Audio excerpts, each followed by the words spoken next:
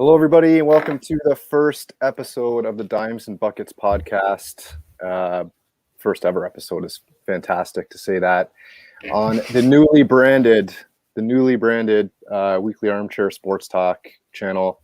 For those that have followed the channel, have been following the channel along, obviously branded from the Weekly Armchair Kickoff to the Weekly Armchair Sports Talk. And of course, one of the reasons for that was so that we can bring you a whole host of new sports and new content. So lots of exciting things coming up on this channel. We'll have guests. We're going to look at basketball across the board, NBA, college, Eurobasket. Of course, we got the Olympics coming up.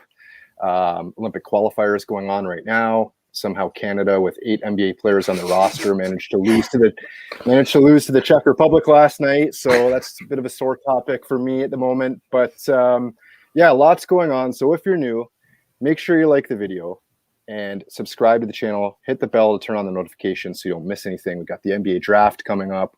We'll have a live draft special for that on this channel. So lots and lots and lots of cool stuff that's going to be happening. And obviously, with basketball being a global game, I'm based in Canada, but joining me are 2 basketball fans from the UK, mates of mine, and always good to talk hoops with you two. Rach and Greg, how you guys doing? Yeah, not All bad. good. You're still on a high, aren't you, from yesterday, Rich? From the other sport that's not going to be spoken about. I think me and Tim are both still on a high, but I think that's for another. Absolutely. I think that's for another podcast. I think. It will indeed. Yeah.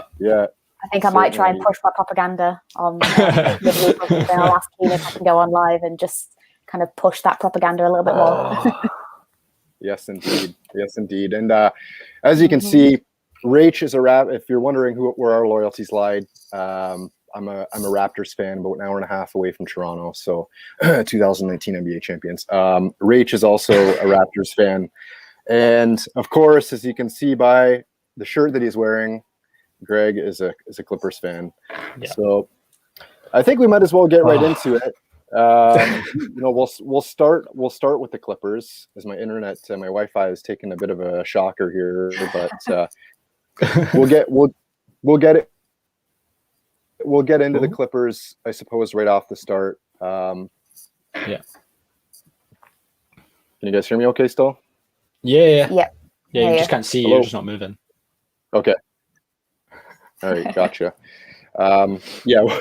If I something happens here and I have to leave, you guys those watching will be in capable hands with these two until I get back in. But we'll start with the Clippers.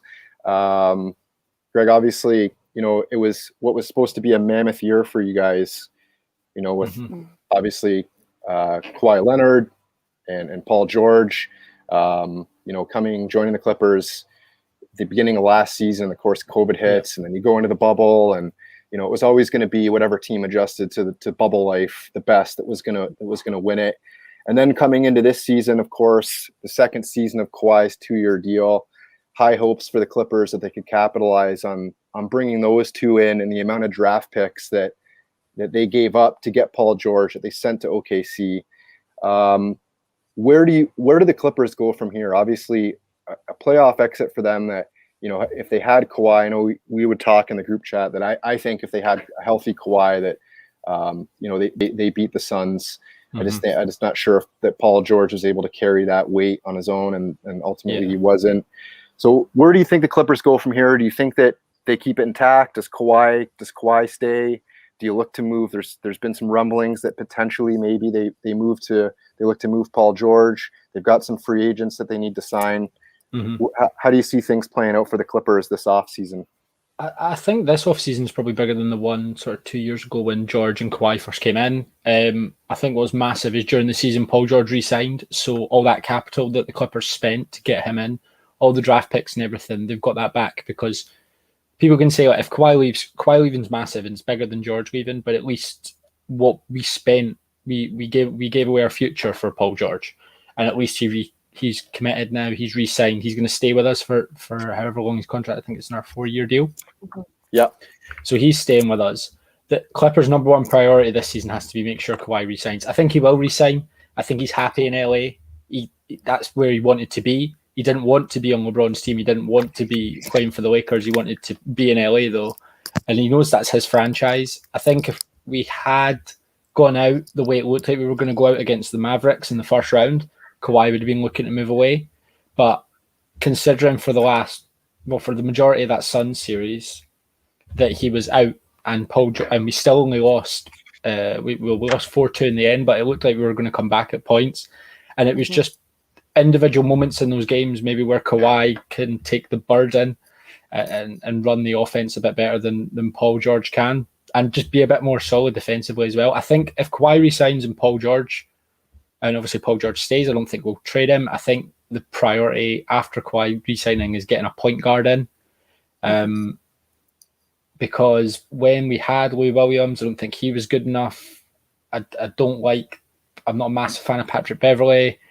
Don't think Reggie Jackson's good enough to sort of run the offense either. And there's a couple of free agents as point guards that are a little bit older, going to take us above in the luxury tax, but it doesn't greatly matter. If the owner wanted to spend all this money to get Kawhi and Paul George in, he needs to do that last step, and that's to get someone in as a point guard just to help and to take that burden off Kawhi. And for scenarios like what happened, Kawhi went out, Paul George had to run the off, and Paul George did excellently. Like, no one could have any problems with what Paul George did. I mean, he was obviously called Playoff P and Pandemic P and stuff last year with how poor he was in the bubble, but he was brilliant this off season, bar a couple of missed free throws, but the chances of him missing both of those again are very slim. But he had in general, he was in general really, really good. I think the Clippers will be fine just as long as we get Kawhi signed, and then I think focus on a point guard, and we should be fine. But I think it's a massive missed opportunity. Like, we stayed healthy relatively all year.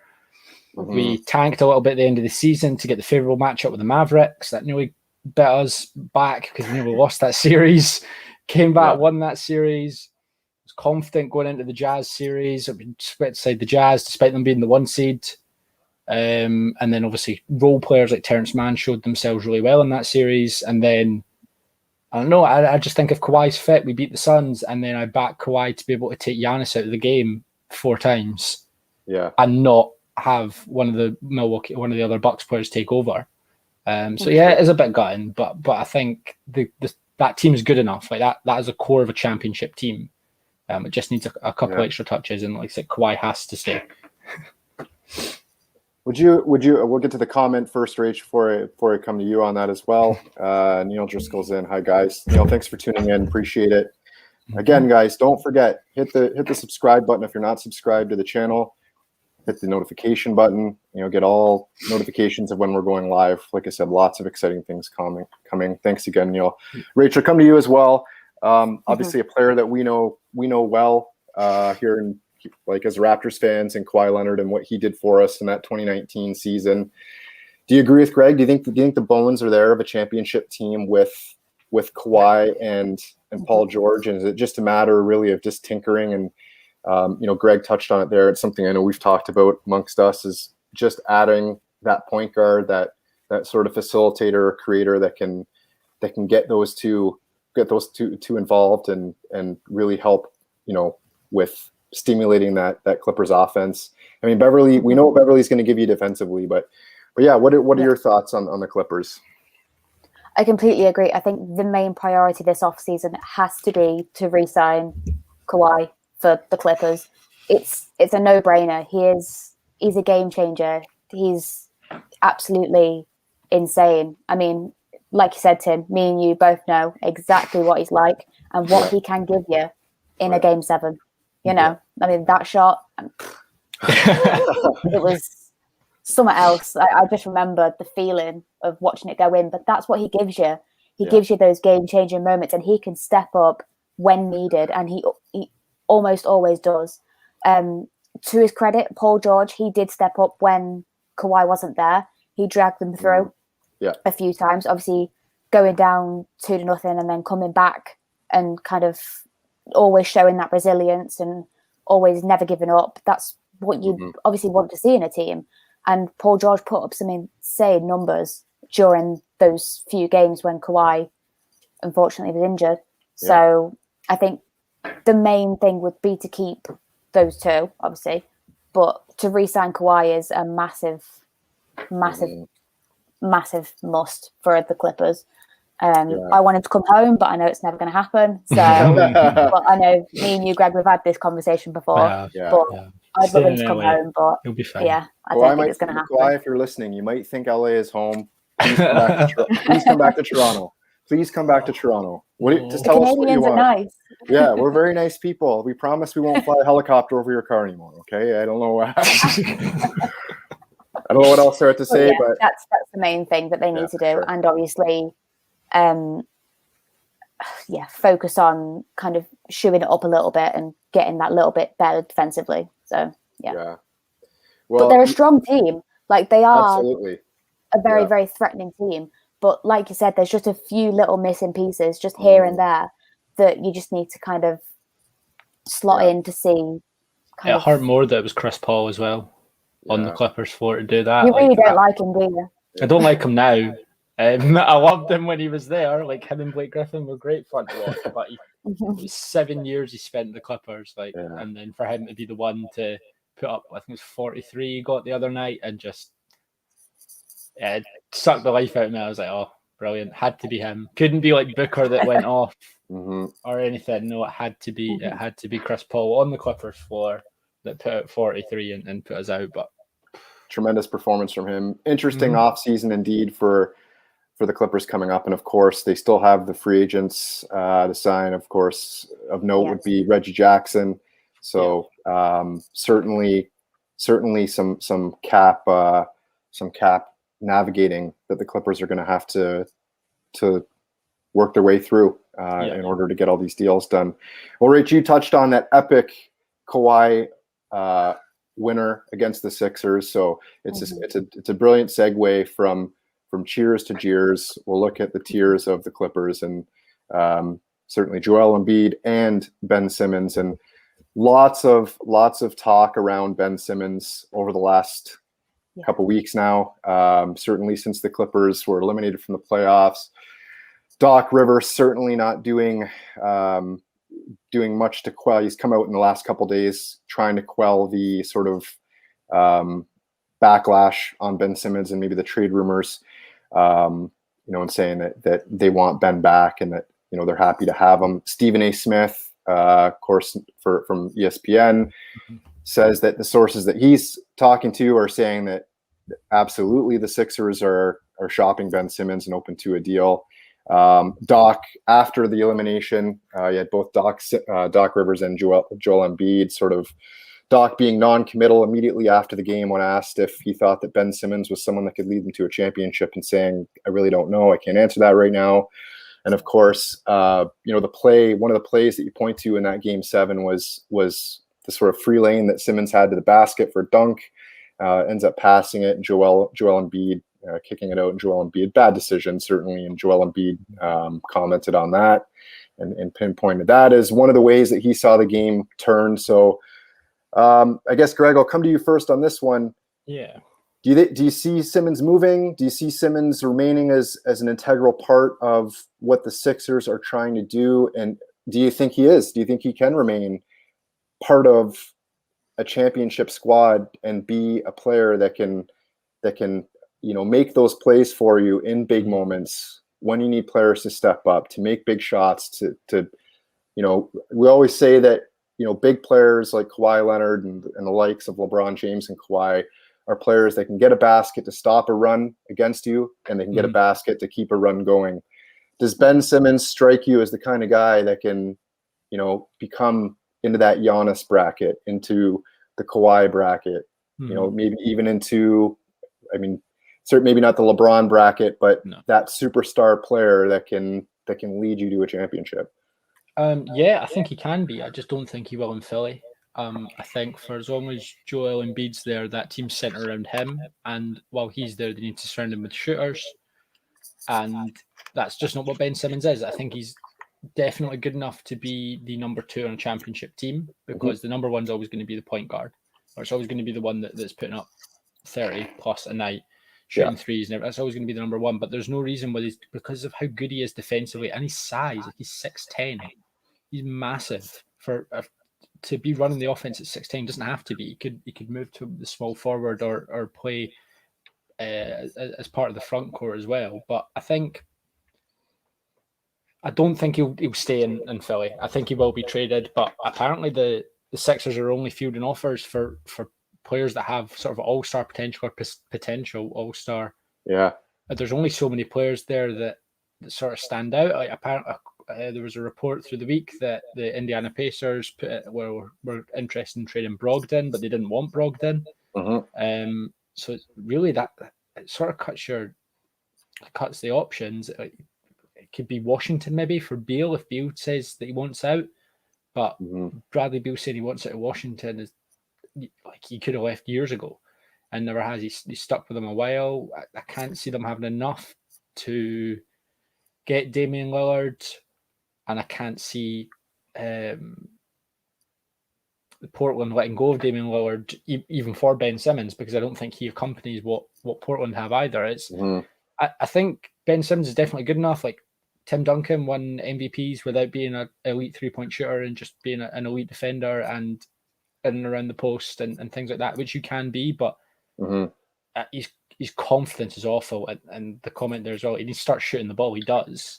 Yeah. But I will say there's a massive like continuity issue compared to sort of a player's confidence and who the coach has been, because like Paul George's confidence hasn't been as bad as it was until he was getting coached by Doc Rivers, and now Ben Simmons is being coached by Doc Rivers and his confidence is at an all-time low. Yeah. And not only that, Doc Rivers is an awful playoff coach. Like in the playoffs, he's horrible. He can't adapt. So I think there's blame on both ends there in terms of the coach and the player, but I think Ben Simmons is good enough to be certainly a championship number 2. I think his defense speaks for itself. He's first team all defense pretty much any year. Yeah.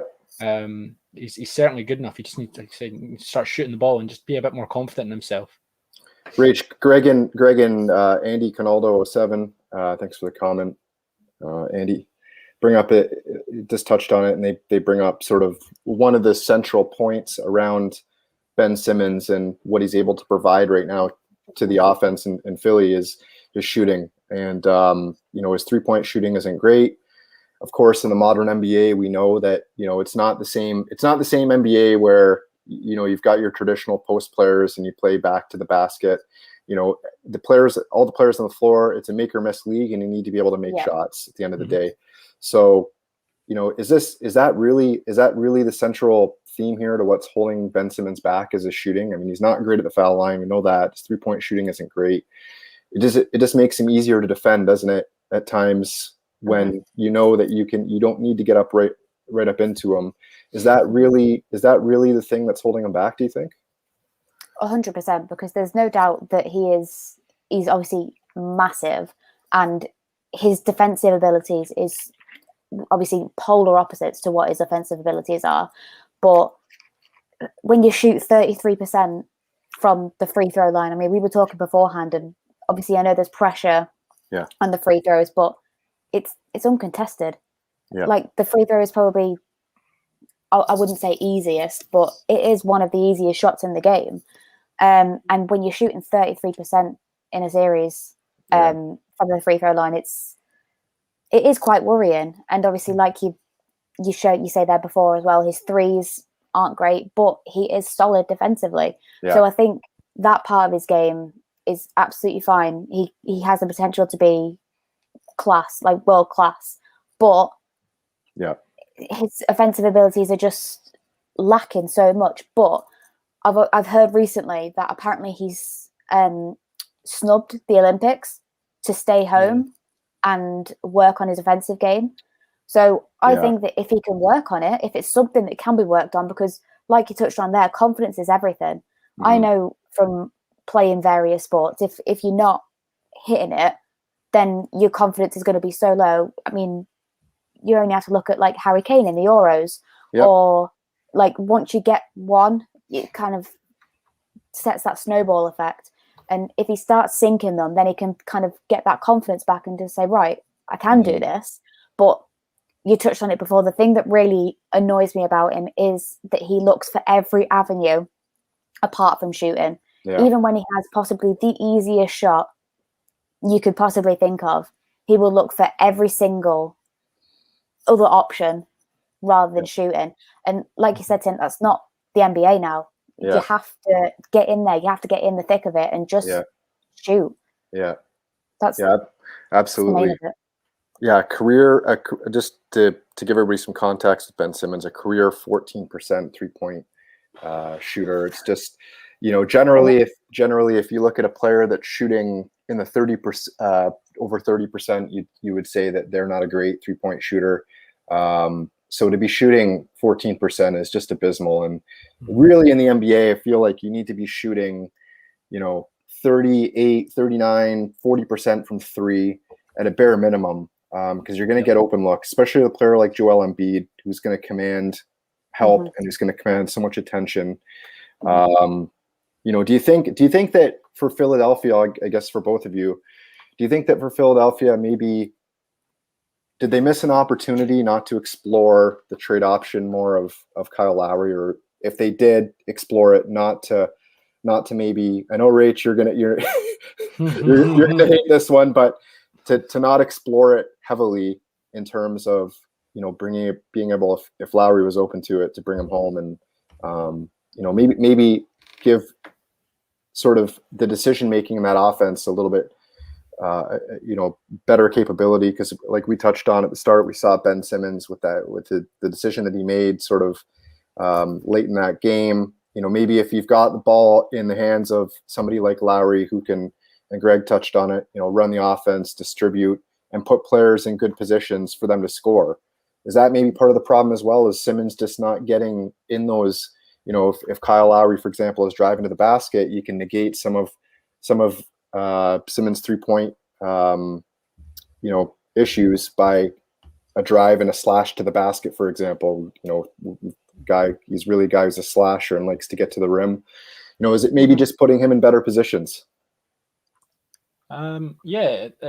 It probably is. It probably is a case of just sort of setting up. If you're going to keep him, then they need to find a way to make him and Joel Embiid play together well on the court. There was a lot of speculation, obviously, at the start of the season, whether they were going to be split up because they apparently weren't getting on and things like that. And then when they had the chance to sign James Harden, but then wouldn't send them Tyrese Maxey, you've got to question whether they wanted to win a champion, because James Harden guarantees that they probably beat the Hawks, you would think. 100%.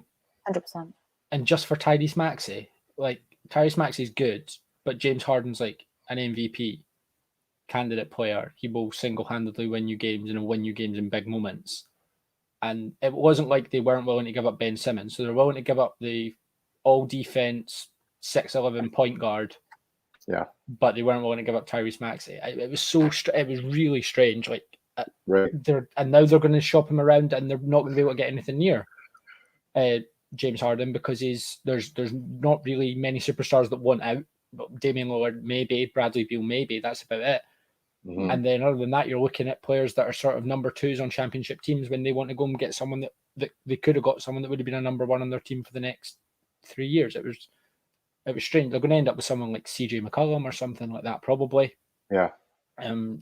But it made no sense to me when they were looking at that trade. The only reason that didn't happen is because of Tyrese Maxey. That makes me wonder whether they really wanted to build a championship team, or whether they just wanted a team that were going to get to the playoffs and deal with it from there. Because there's certain levels that you need to get to, and Joel Embiid and Ben Simmons aren't a championship winning team, but Joel Embiid and James Harden absolutely are. I was going to say, you put James Harden in there, and you've got a completely different element to the game for that team, in my opinion. Because James Harden, as much as you can either love him or hate him, he's one of those characters, but he's class, and he's shown that ever since his move. He's been class, but it doesn't strike me as a very wise option either, to be honest. All right, we'll get to a couple more comments here coming in. Don Pat, in my opinion, Clippers is one of the very few teams which can make it to the conference finals without making a single change in the team, provided Kawhi stays healthy. I mean, there's a strong show for that, as we touched on. I mean, you lose a player like Kawhi, who's just, man, can can score at will. He can defend. Mm-hmm. So that is a strong show for sure. Thanks for that comment, and bit of a fun one here, I guess. Thoughts on the new design of Lola Bunny in the new Space Jam film? I got to be completely honest with everybody. I haven't even seen the trailer or anything yet, but Me neither, but I assume it's not going to be as good as the original. Yeah, I'll certainly check it out. I'm sure my kids will love that. I think she's been modernized, like Okay. in a way of being sexualized. In a way, I think it's a bit weird. That's very strange. strange. Some of the outfits that I've seen are a bit weird, but yeah. Space Jam, top film. Yeah. Fantastic film. All right. Well, I think we will. We'll certainly keep an eye on the Ben Simmons situation, and certainly rumors starting to hot up with potential destinations like Minnesota, and DeMar DeRozan, of course, is a free agent, so maybe a replacement there with the work that Greg Popovich has done with him and upping his shooting percentage. And we know that Pop likes defenders and Ben can defend. So certainly a couple interesting destinations and interesting prospects or places for him to land to keep our eye on. Right. So conveniently last night, we now know who is going to be in the NBA Finals. Obviously, the Bucks, Suns, everybody's pick at the start of the season, right? Yeah, 100%. So nobody. I think Phoenix to start the playoffs. They were some people's dark horse, but they were like an 18-1, or even higher. Probably the odds were just ridiculous for them to make it to the finals. But obviously played well, helped out by the fact maybe a bit, but with Kawhi not being, like we touched on with Kawhi's injury, but at the same time, as Rach, you and I know all too well from the 2019 playoff run, you can only play what's in front of you, and players get injured. You still got to win the game. So we're not gonna say here and that the Suns don't deserve to be there, because they do. But Suns Bucks, of course, Giannis injured still, but Chris Middleton and Drew Holiday last night, just immense, terrific for the Bucks when they needed it. Two players who put up terrific lines. How do you guys, in a general sense, how do you guys see this one playing out? I'm sure we'll break it down further sort of as the games start to play out, but what are your initial thoughts on the upcoming NBA Finals? Bucks 4-0. Yeah, I think so too. Yeah. I think even without Giannis, I think there's possibility of him still playing in the finals. I think everyone's quite tight-lipped about the injury and how long he'll be out for, but I think Bucks will just have a little bit too much for the Suns. They've done really well, obviously, this season, but in my opinion, this season, everyone has been absolutely riddled with injuries. And COVID and health and safety regulations. It's not been a normal season. As much as you want to kind of play it out, that it's been like the most normal that since COVID. Everyone has had massive injuries that have either fucked the team up or put them out. So I'm not discrediting that they've gotten this far, but I think the Bucks will just have a little bit too much for them. Definitely. Yeah, I think so too. It completely justifies Giannis signing the Supermax as well. And that's a massive win for like a small market team. Like if they were to win the championship after keeping a 2-time MVP in Giannis, everyone was saying that he was going to go to Miami, he was going to go to Toronto, even he was going to go anywhere to sort of be in a big market and win the championship. But it completely justifies everything if they go and win, and they should win it. Like they don't have the size to compete with Giannis. They don't have the athleticism if he's fit to compete with them at all. And this is going to be his best chance. The Bucks relatively have stayed fit all season. Had a couple of blips early on where they had a couple of players missing and stuff, but in general they've stayed consistently pretty fit. Now they're 4 games away from being an NBA champion, which is something that I thought when they got Drew Holiday last off season, I didn't think they were going to be anywhere close. I just thought they made a really good defensive team, even better defensively. But Chris Middleton stepped up in big moments, and Giannis has continued to be as good as he is. I mean, Chris Middleton putting up 23 points in that third quarter last night was just absolutely. ridiculous. He just switched, like it was like a light bulb just switching, and he went to town. And I just think he can really step up when needed, especially without Giannis. But hopefully, he'll be good. Go to a couple more comments here. Billy Bryant, let's go Bucks. A couple Bucks fans in the chat here now. Bucks gonna sweep them. Probably. Mm-hmm. You touched on it there, Rach. I mean, it's something that we, years previous with Milwaukee in the playoffs. I mean, we saw it and we kind of touched on it before we went live. But when when the Bucks went up 2-0 or 2-0 in the Eastern Conference Finals in 2019, really the switch in that series against the Raptors came when Nick Nurse went to, up until that point was sort of throwing Giannis different looks in terms of defenders. He made the switch to go to Kawhi, which really sort of forced Giannis, didn't let him play downhill, limited his opportunities to get to the basket, turned him into a jump shooter. And you were just looking for that secondary option on the Bucks, because you need that in the playoffs, don't you? With the amount of attention that your star players are going to attract, you need a secondary option. And the emergence of, you never obviously, we want to see Giannis play, but to see Middleton and Drew Holiday, something just switched, hasn't it, for the Bucks, where they've got that sort of set, like Chris Middleton, some of the shots he was making, I think it was in game 4 or 5, where, really tough contested looks. Like there's really no other way you can defend those other than really get into his space and get a hand up. And he was just hitting contested shots on defenders. We've really seen a transition in the last few games, haven't we, in terms of Chris Middleton and being able to come and be that secondary option for the Bucks. That's what I'm saying about confidence. Once you sink a few good shots, and I mean like good shots, you do get that confidence and that cockiness that you just keep on doing it and it comes off. And that's what we're seeing at the moment. And it has been good.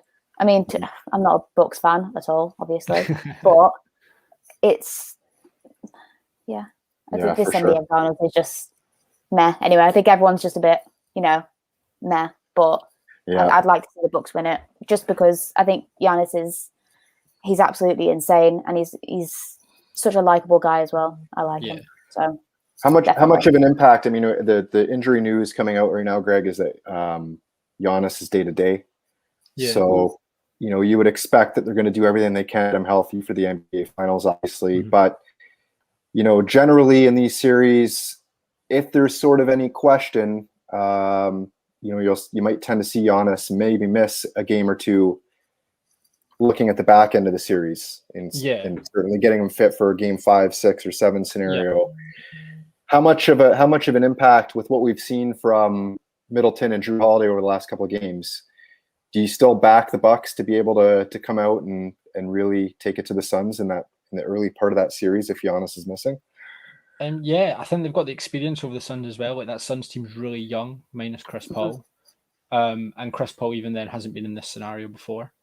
So it's a new experience for him. And I just think even Brook Lopez, he had a great game the other night. I think he got 33, which is just more size, and he's capable of knocking down a shot as well.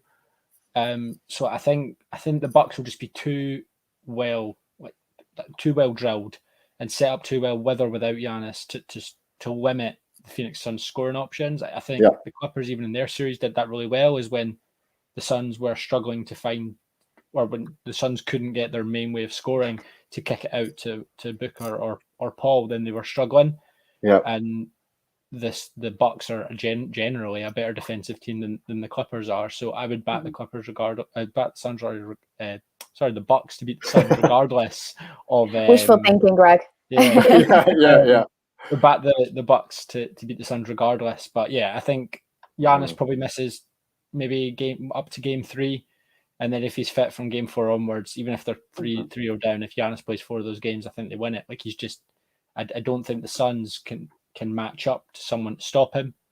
And he doesn't really foul a lot either, for being sort of how he moves and his size and things. He doesn't tend to foul out and stuff. So it's not even you've got that option where you can like force him to overcommit and see if you can foul him out. Like he's a very difficult player of that size to sort of play against. So For sure. I think the Bucks will be fine, but I'm really like, it's going to be a small market team that's going to win an NBA championship, which is massive. Yeah. And it sort of shows what a draft can do as well. Like, it gives a lot of hope to teams that have a pick, because he wasn't like he wasn't a top 5 pick, top 6 pick. He was he was right down the bottom. I think he was still in the first round though. Is that right? Yeah, I believe so. I'd have to go back and look at that draft year, but I'm pretty sure he was late in the first round. So that gives a lot of teams hope, like that they can uncover anyone, any star. And it gives a lot of teams hope as well if they're small market teams and they've got big name players that are coming up to the end of the rookie deal, that sign the Supermax extension, because if you trust us, we can build a team around you. Look what happened here. And they have. They said to Giannis they were going to get him a star. Arguably Drew Holiday, he might be a star, he might not be, but he's taken them this far, and he's evidently been the missing piece to help Giannis get that championship. And I think certainly Drew Holiday has provided them with what they needed in that secondary scoring area. Absolutely. Where they just had to take pressure off him and someone to run it when he wasn't on the court. Yeah, exactly. Right. Well, Rach, you touched on something interesting just a couple of minutes ago, and it's we've heard it's been kicked around sort of social media and the media the last little bit, but we've seen, for this whatever reason, in the playoffs towards the end of the season, we've seen so many stars getting injured. With Giannis, Chris Paul, obviously a bit of a different situation with COVID, but another dynamic that teams have had to deal with. LeBron, James Harden, the list goes on and on. Kyrie Irving, of course, like it just goes on and on and on and on.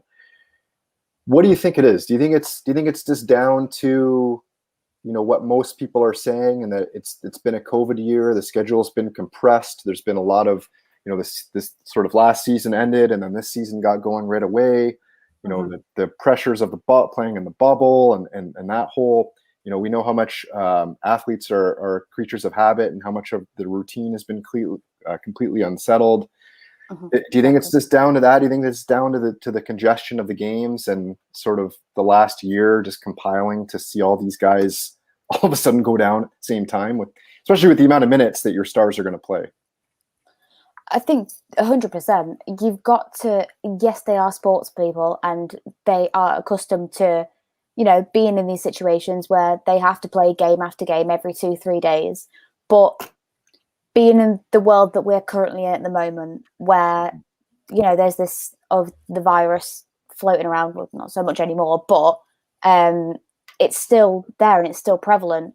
And I think the congestion and just how it's been so forced and so put together has massively contributed to that. I don't think we've really seen that many injuries in a season for a while, because it just seemed like every 2 days someone else is injured. Oh, LeBron's out of this game.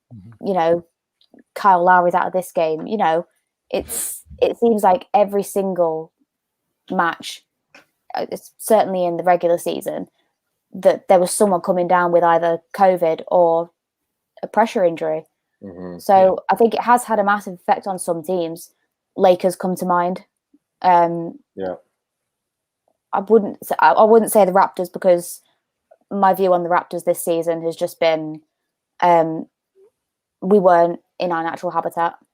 We were in a place where people were booing us when we were taking free throws. So I think the whole situation, whether it be injuries, whether it be taken out of their comfort zone, it has contributed. And that's why we're seeing these smaller market teams that have absolutely thrived on it, and they've taken their chance, and fair play to them. They've seen the big boys go, and that's it. Like, fair play to them. But I think this season should have a little asterisk next to it. 100%. I'll come to you on this one too, Greg, but a couple more comments coming in. I think this is referring to the Bucks still. They know exactly what next man up means, and all stepped up when most needed. And I mean, you need that at this time of year, especially. You need that in the playoffs. So that's a really good point there by Anna Scott. You need next man up mentality, and you need that cohesiveness among the squad. Rach, we know all about that again from the Raptors, and that 2019 season. It was done by committee. It wasn't just Kawhi, Exactly. which a lot of people tend to say that Kawhi wants the championship. But if you actually go back and look at, you certainly need to start to win one.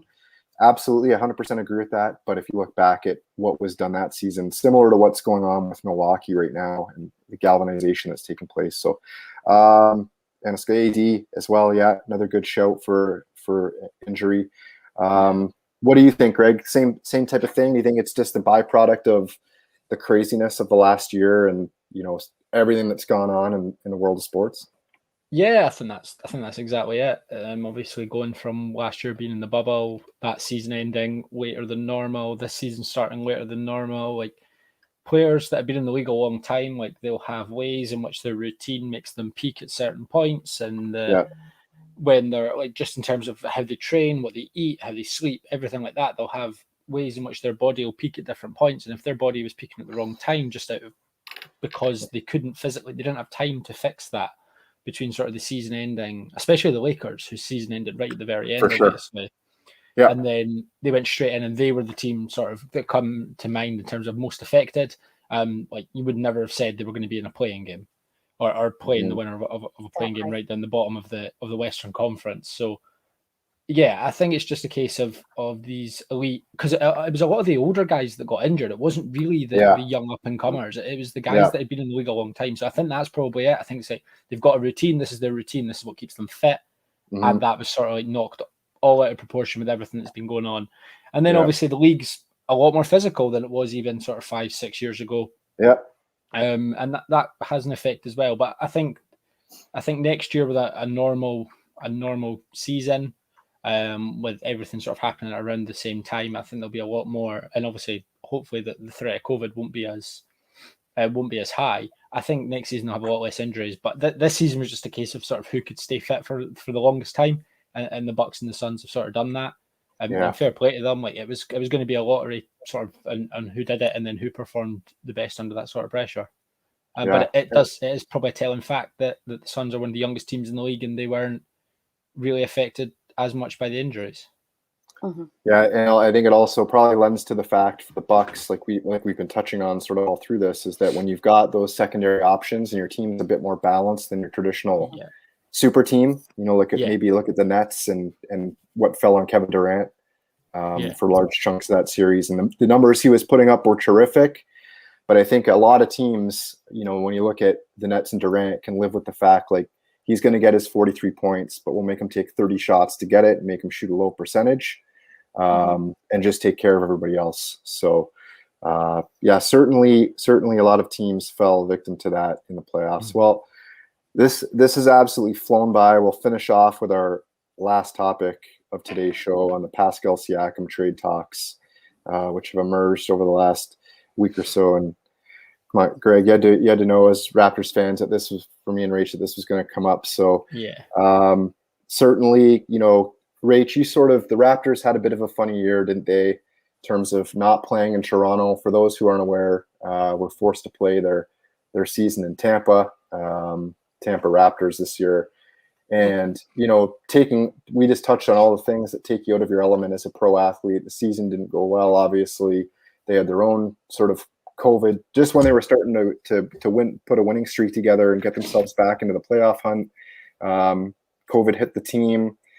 Siakam never really got going, and we never got back to that sort of 2019, 2020 season. You know, this is a player that was putting up 30 points in the NBA Finals against the Warriors in 2019.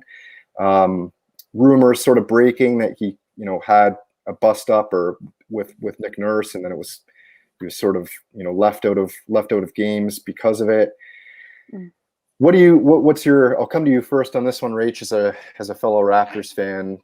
You know, what are your thoughts on Siakam? Is now the time to say thank you, Pascal, and sort of trend with the youth movement? We got the 4th pick in the draft, the rumored trade for James Wiseman from another young player that was drafted last year, a 7-footer from Golden State, as well as their 7th pick, and probably some other pieces from the Raptors that would have to go the other way, maybe.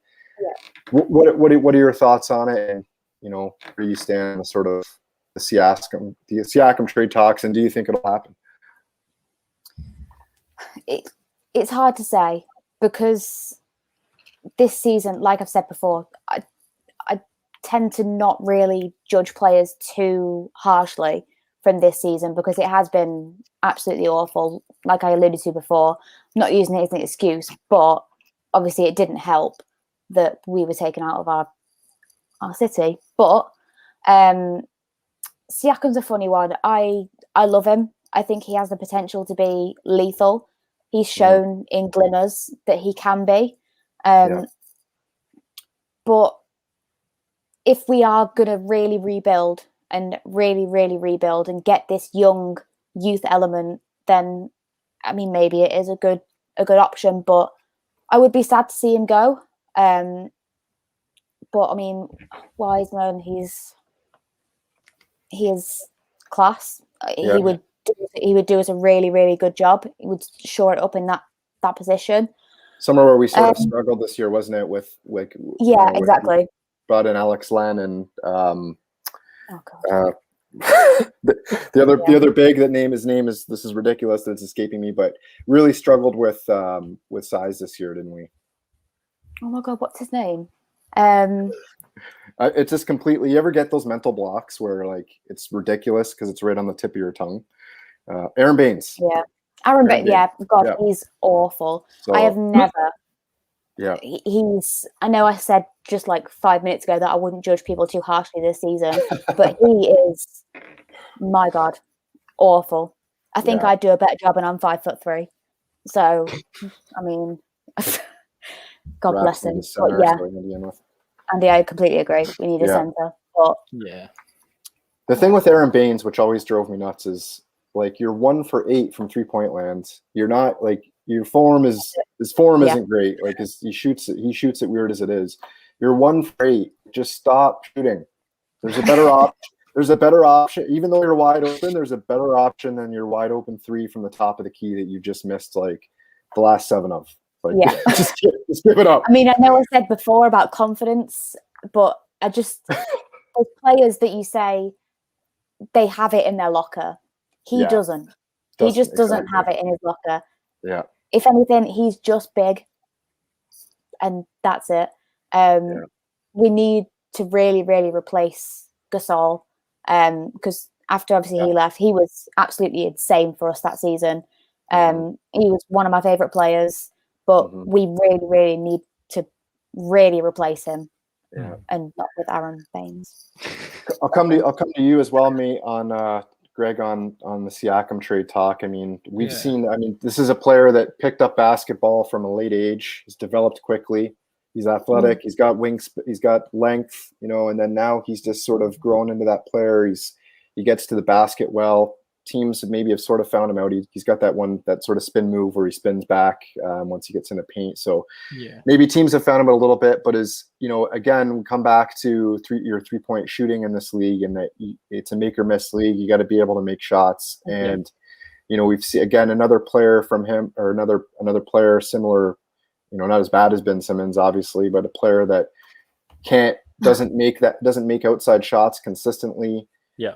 Do you think we've seen the ceiling for Siakam? Do you think he can improve? I mean, I think what my old personal opinion is that I don't see Siakam ever being that number one, the player that can get you baskets at will and continue that run like we talked about and get stops like we talked about.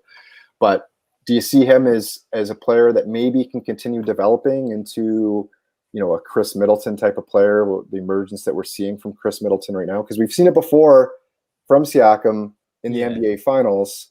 Rachel's talked about confidence, and obviously we lost Kawhi. Did part of that confidence and part of that growth from Siakam maybe leave when Kawhi left? What are your thoughts on Siakam? I think a lot of Raptors sort of not belief, but certainly confidence probably left when Kawhi left, because it's a big. He's a Hall of Famer. And you don't get not many people get a chance to play with Hall of Famers in their career, and Siakam got a good chance to play with Kawhi, and I'm sure he learned a lot from Kawhi. What I think is, I don't think Siakam's ceiling is as high as James Wiseman's is. Like, I think even in his first season, Wiseman was absolutely brilliant. And I think if that's you're a good being point. offered James Wiseman and the number 7 pick, you'd bite their hand off. Like, if you've already got Van Vliet, and you could have probably Jalen, you'd think Jalen Green will probably drop to 3 or 4, sorry, to 4. Possibly, One of the Jalens, you would hope one of the Jalens. I think I'd take Suggs, but yeah. And then you get another one at number 7, so you might get someone like if Kuminga was to drop or someone. It only takes one of them to drop. Like Patrick Williams went 4 last year, and that obviously obviously affected. Like Denny Avdia was meant to go a lot higher than he went, and things like that. So it only takes one of them to drop, and suddenly you're going to have another top 5 prospect plus James Wiseman plus Fred VanVleet. And then that gives you that size in the center that you need. Like Serge Ibaka on that Raptors team was the number 2. I don't think Siakam could be a number 2 to a superstar. And I don't know where else the Raptors go to get that sort of superstar just now, because there's not a lot of big market free agents. And James Wiseman, I think, is their best shot. Like, I like Siakam. I think he's good, but I think he'd do a better job playing with. I think you get more out of him playing with Clay and Steph. On the Warriors, just being right. Okay, if you get drive to the basket, do your spin move in the paint, whatever you need to. But as soon as you get a chance, kick it out to one of them. Just kick it out. You could get 10, 12, 14 assists a night if they're firing. It's certainly for the Warriors, like you just touched on, Greg. It's a great point. The defense won't be able to collapse as much on Siakam. In terms of the Raptors, at times this year they struggle. Even outside of Siakam, they struggle to 3-point shooting at times. So that really allows your defense to compress. It doesn't keep the defense extended. Andy with another comment: never replace Serge or Big Spain. Yeah, that's a sort of reiterating what we just said. Absolutely. And Masai Ujiri, the Raptors, and Bobby Webster, the Raptors president and general manager, have come out, and Masai has actually taken ownership for the Alex Len and Aaron Baines deal, because it's just a massive, like you said, it's a massive drop off rate in terms of the quality. But yeah, interesting and great way to finish off our show there, Greg. Like we're sort of getting into the draft talk. Do you think would you take that deal? Number 7 and Wiseman? Yeah. Personally, I would take it, just because I don't know if Siakam is ever going to develop into that sort of perimeter scorer. And with the way that Nick Nurse likes to play, we don't really have enough 3-point shooting as it is. Yeah. So I think with the way that Nurse likes to play, we don't know what's going on with the Kyle Lowry situation either. So, to be able to bring in 2 quality young players from the draft, as well as James Wiseman, and so address the center hole, as well as get younger and develop. I think for me, if I was offered that deal, I'd take it. I love Siakam. I love him. This isn't an indictment of him. I think he's he is a good player. I just feel like maybe with the direction that the Raptors are going, it might be maybe it's time now. But what do I know? I'm certainly not. It'd be great fun to watch next season as well. Like if the Raptors were that young and you had Fred VanVleet, like that would be his team effectively to run it. Yeah. And I mean, he re-signed, so why not give him the keys for a season and see what he can do, and just let him bring up this sort of young core. Like I think they'd be really fun to watch with one of the Jalens, Wiseman, and then whoever else drops. And it means you also don't have to watch Aaron Baines in a Raptors shirt play 28 minutes a night. Yeah.